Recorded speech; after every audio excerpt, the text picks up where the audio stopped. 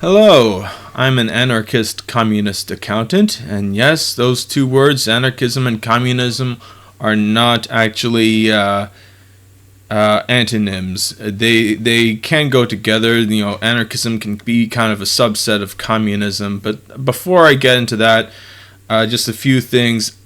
Sorry about the aspect ratio of this video. That's just the way my camera works, and I don't want to, stretch it out. It would look kind of weird. If this channel, if this video and such, the other ones I make become popular, then I'll probably then invest in a better camera. But for now, I'll just go along with this 720p camera. So another thing I want to explain before we get into the nitty-gritty, the kind of title of this video, what I think will be the title of this video, is the definition of capitalism. So capitalism is a system in which the economy, in which most things in the economy, usually a large majority of the things in the economy, are actually purchased, including the ownership of capital, the means of production, are also known as, just capital, the means of production, assets. Yeah, that's the more technical term for it. Fixed assets, buildings, machines, land, things like that. Those are all purchased, as well as the things that we need for life and other things that we purchase. Everything is purchased, including food, water, electricity, healthcare, shelter. Granted, there might be exceptions. In most cases, the exception is education. There's perhaps an exception for water, maybe, or a couple other things. The fire department, police, those are usually still controlled by states. Entities that control force in the region, by the way. Those, like a state, is sort of a monopoly on the use of force. That's what I believe a state is. It seems consistent. It's not vague. It's pretty clear. So that's capitalism for you. Basically everything has, or most things have, a price, to the extent where everyone has to rely on getting a job and paying for bills and stuff like that, that sort of thing.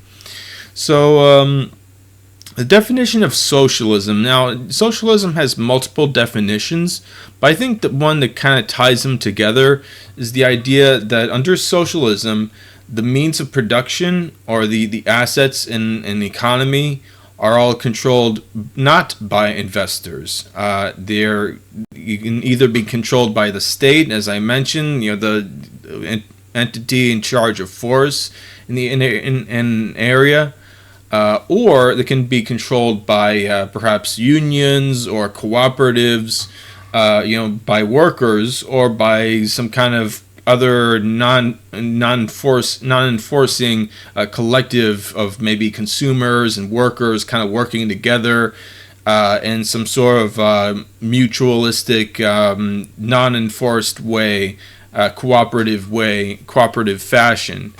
But generally, they cannot be purchased. The means of production are not for sale. That's the core tenet. That's what defines socialism and what ties those definitions together.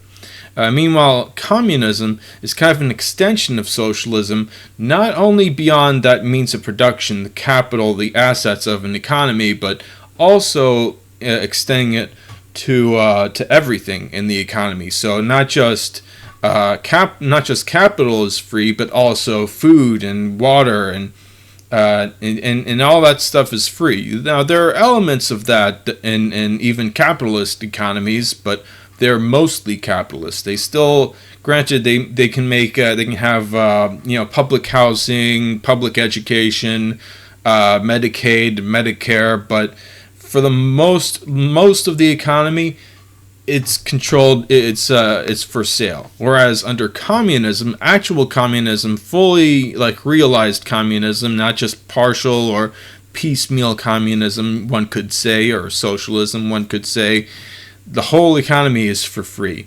Now, yet again, there are basically two kinds of communism. There's state communism, although I kind of prefer the term state socialism, or there's also the term collectivism if you're an academic, or totalitarianism if you're really pessimistic about it.